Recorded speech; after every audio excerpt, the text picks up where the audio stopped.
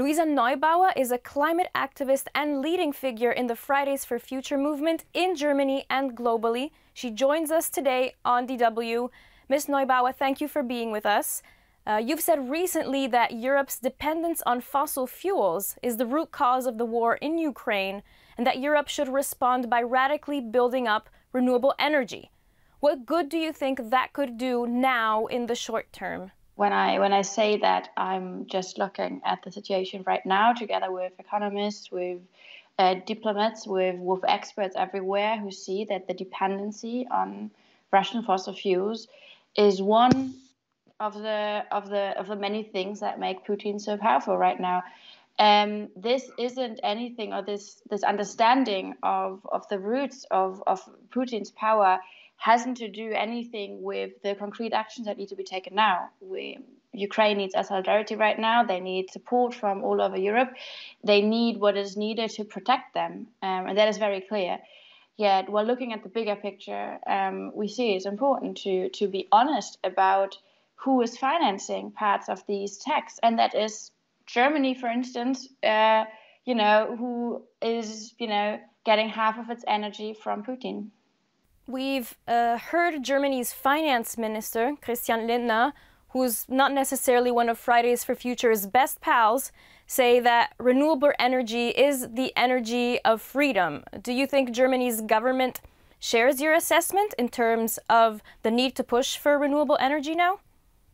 Well, if they don't, get it now, that renewable energies aren't just the greenest and cheapest kinds of energies, but also the most peaceful energy that we have, I wouldn't know what to wait for. I mean, open your eyes, it's out there. It's those fossil fuel imports that empower Putin, that finance those wars. And it's, not too hard to understand that democracies can't be truly free, they can't be truly sovereign and safe as long as their energy supply depend on an autocrat next door that has, obvious tendencies to start wars. We have a stark energy crisis on the horizon. You call for massively building renewable energies, but now in Germany, even green members of the government are thinking of pushing back the phase out of nuclear and coal.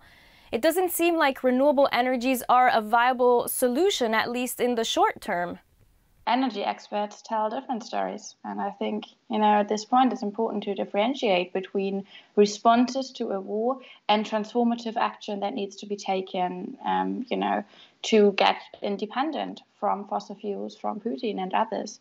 And we're seeing very clearly the studies tell a very strong story about how, of course, we can get 100% renewable in the medium term, and how everything that we're doing now in terms of energy action needs to have this transformative character. This is not the time to play games, and this is not the time to do some kind of symbolic gestures that fire and fuel conflicts like those. And of course, at the same time, and I think it's important to highlight as much as possible, Ukraine needs our support, and that is not just a question of energy diplomacy, but that's a question of solidarity, of peace actions, of support that is needed. Germany and other countries in Europe are, however, going to have to likely bridge the decreasing amount of gas and oil, or the more expensive gas and oil coming into the countries. And it takes time to build a big amount of renewable energy sources.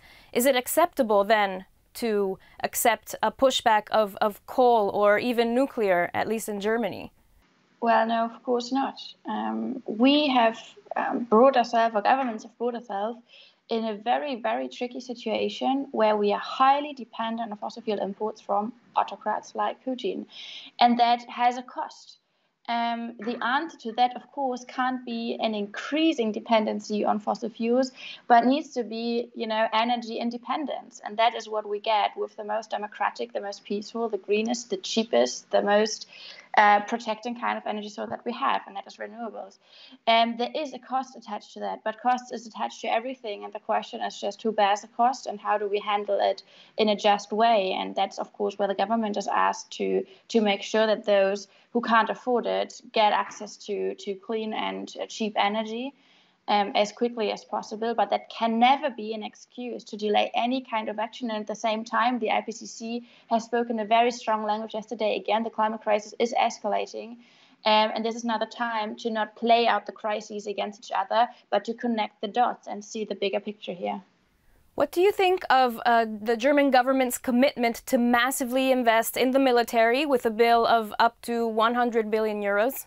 I'm a climate activist. I have no intention of getting involved in military or geopolitics discourse that we have here in Germany. What we're seeing, though, is that many experts are wondering where exactly all this money is supposed to go, and when we will be at the point where the government makes this money or freezes money for things that are actually transformative, that actually contribute to a more safe and more just and more sustainable society. You and Fridays for Future want Germany to become climate neutral by 2035. Do you think that is an achievable goal, especially in light of the war in Ukraine and what that means for the energy market? Well, when we're writing those demands, we're not just writing random wish lists that we just come up with on an afternoon. We talk to experts. We see what is possible if you really want, if you provide the political will, if you organize people around a transformation towards climate justice. And yes, of course it's possible.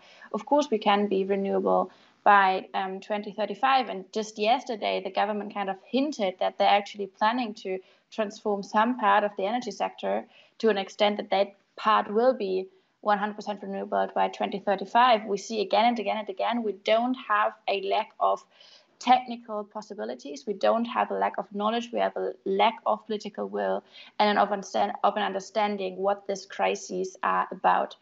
And so, yes, we can get there. And this war, the situation right now, it has opened many doors. We can backlash, 20 years back, repeating all the same mistakes that were made before, or we can jump 10 years ahead and say we are stopping these crises, we stop accelerating them, we actually build those safe and peaceful democracies that are independent from fossil fuels, that provide real freedom for the people everywhere. Talking about the IPCC, its latest report on how climate change impacts the world was just released. What do you think of its findings? Well, it's shocking again and again and again, yet most of the things in this IPCC report were clear a long time ago. These were the things that my grandma went, on the streets about. And I think when you stop, treating those IPCC reports as a breakthrough reports that tell us about a new world, when we have been knowing and ignoring all that for decades. And so I think, if anything, it's time now to connect the dots and to understand the IPCC tells us everything we need to know to radically act. The war financed and funded by a fossil fuel system is telling us about the conflict, the war dimension behind fossil fuels. And I wouldn't know what would stop us now from acting as needed. But climate change is a global problem. How can it be fought globally if such a powerful energy player like Russia is now basically considered a pariah state? How can one push climate change forward as a global problem when some countries maybe have to be shut out of dialogue? Just for now, I'm less worried about the energy situation in Russia, which is a whole different story. I'm worried about those, liberal democracies around the world that claim to have understood that we are in the climate crisis and still invest in fossil fuels, still fund those autocrats like Putin, still, defend an energy dependency on those fossil fuels and those imports. I'm worried about them. Where are they right now? And while, finger pointing at anyone else, those countries forget that they're being the excuse for everyone else right now. This accounts for Germany, that accounts for many other big industrial players. And if they would get started, if they would start changing the paradigm that we are in, if they started being a leader, a role model in this, it would be a complete different story. And it's us who need to look at them right now. And of course, and I think that's an important dimension that we're seeing right now, we need to discuss energy partnerships. We need to discuss how richer industrialized countries can help others to get away from fossil fuels as soon as possible. We need an energy diplomacy that's taking place, but that is focused on what is needed, on the timeline that we have, on the few years that we have left to get things started. Do you have any concrete proposals on that front? What liberal democracies and rich countries should do to help the others go along? I think we need governments to become clear and, honest about not only the energy infrastructure that they build themselves, but also the energy infrastructure that they fund themselves. We see a huge tendency towards, big industrialized countries from the global north to be all cheery about climate action, to praise their own targets as much as possible, while funding, financing, and ensuring fossil fuel development and fossil fuel infrastructure in the global south. That's not how it can work out. So we need honesty here, we need transparency here, and we need governments to be called out as necessary in their whole attempts to greenwash themselves to some climate change heroes, while honestly the facts speak a different language while emissions are rising. Do you think we are now at a turning point, that this situation does present a turning point for people's and governments' perceptions of the climate crisis and how to tackle it? I don't know about that, but I know that people right now have the power to fight for justice and peace and climate justice, and all of that has never been as intertwined, as interdependent as just today. We're seeing that there is no climate justice without peace, and no peace without climate justice and independence from fossil fuels. It's all out there, and if we want to, we can make this a turning point. Do you think, though, that people, especially in Europe, will understand this and will care about climate change in the face of the threat of war looming so close? Here again, I think it's in our hands.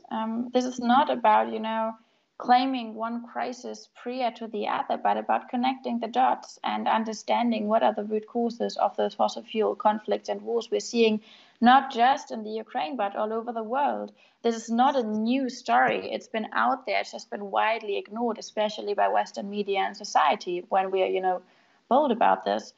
And yeah, again, we are able to connect the dots and to look at transformative solutions while supporting in the immediate situation.